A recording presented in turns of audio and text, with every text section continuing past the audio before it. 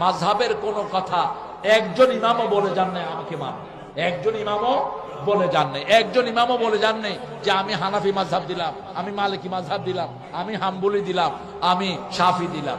বরং এগুলো আমরা পরে আবিষ্কার করে নিয়েছি। এগুলো হলো এক একটা স্কুল অফ থট, এক একজন ইসলামকে এক এক ব্যাখ্যা করেছেন। নামাজের মধ্যে পায়ে পা মিলাবেন, জান্নাতে প্রাসাদ তৈরি হবে। এখন পা মিলালে কয়টা আহলে হাদিস? আরে ভাই, 4 ইমামে আহলে হাদিস, তুমি আবার আলাদা হও কেন? সব ইমাম আহলে হাদিস, তুই আলাদা হইলি কেন? হাদিসের বাহিরে কোন ইমাম নাই, একজন ইমামও নাই হাদিসের বাহিরে। তুমি নিজেকে আলাদা ভাবো কেন? কখন ইমাম আবু হানিফা নামাজ শর্ট করেছেন?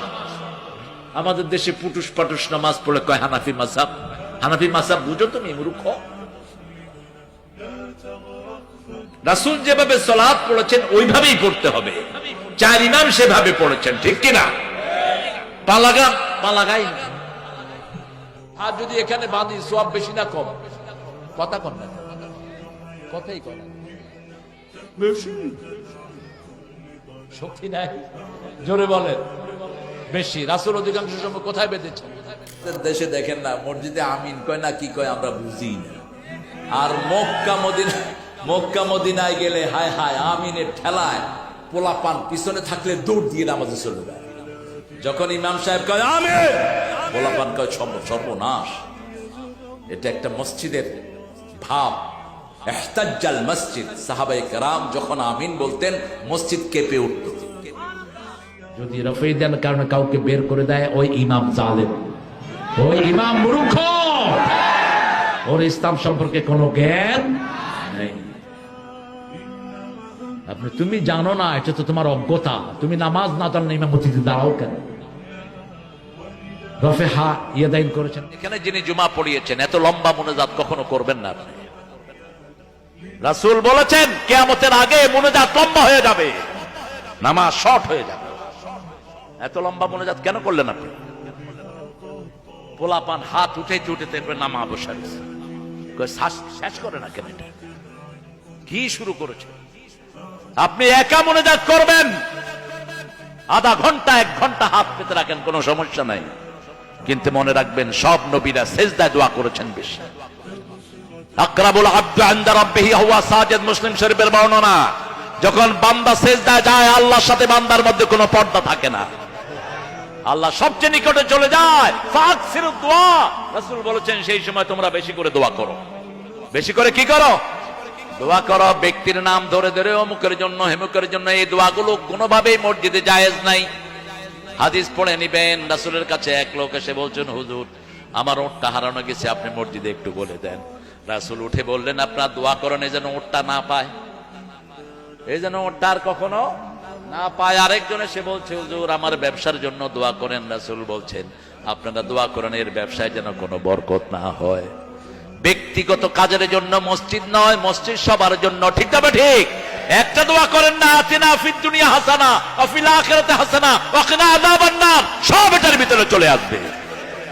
এত লম্বা দোয়া কি করে? সালাতের পরে সম্মানিত মুনাজাত কোনো দলিল নাই।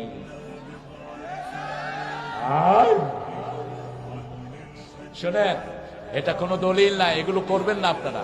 বরং রাসূল কবর দেওয়ার পরে বলেছেন, মুসলিম শরীফের বর্ণনা, ইস্তাগফিরু লিআখিকুম, তোমাদের ভাইয়ের জন্য তোমরা দোয়া করো। কি করো?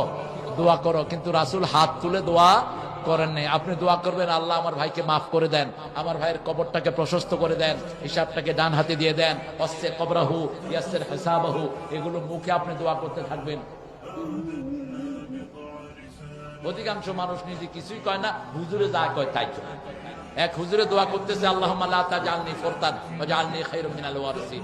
কামালউদ্দিন জাফরি সাহেব সেখানে আছে, লোকেরা আমিন আমিন বলতেছে। হুজুর যখন হাত নামালো, জাফরি সাহেব বললেন, বাবা আপনার এই বুড়া বয়সে আপনার সন্তান নাই, আমার খুব দুঃখ লাগলো। কয় কোন কি? আমার তো 8টা ছেলে মেয়ে। কত আপনি দোয়া করছেন, আল্লাহুম্মা লা তাজআলনি ফুরতান, আল্লাহ আমারে নিঃসন্তানই করো না, আমারে বেশি করে সন্তান দাও। কয় দোয়া আমি বুঝি না, আমার হুজুরও করতো, আমিও করি। ইমাম আবু হানিফার নামে মিথ্যা কথা কয়। তোমরা ইমাম আবু হানিফার নামাজ জানো না, রোজা জানো না। এই লোকটা সারা জীবন বলেছে যা সহিহ হাদিস ফাহুয়া মাযহাবি, সব সহিহ হাদিস আমার মাযহাব। আমরা যে কি কষ্টে আছি, হাদিসের দোয়াগুলি পড়লে কয় হুজুর আহলে হাদিস। আরে আমরা সবাই আহলে হাদিস, চার ইমামের কেউ হাদিসের বাইরে নাই। আপনারা একটা আহলে হাদিস হবেন, সমস্ত মসজিদের মুসল্লিরা আহলে হাদিস। হাদিস ছাড়া কেউ মসজিদে যেতে পারে না। কি জানো ইমাম আবু হানিফা সম্পর্কে? তার ফিকহুল আকবরের উপর সারা পৃথিবীর আকীদা, আকীদা তহাবিয়া যেটা ইমাম আবু হানিফা ফিকহুল আকবরের উপর সেটা প্রতিষ্ঠিত। বেদাতের দিন শেষ, এখন সহিহ সুন্নাহ বাংলাদেশ আল্লাহ কবুল করুন। সারা দুনিয়ায় সহিহ সুন্নাহর জয় জয়কার আছে না নাই? বেদাতিরা গেলে কথাও বলতে পারে না, মানুষের রেফারেন্সে হা করে দাঁড়িয়ে থাকে। আল্লাহ ওদেরকে হেদায়েত দান করুন। আমরা এখন এক হওয়ার চেষ্টা করছি, আল্লাহ কবুল করেন।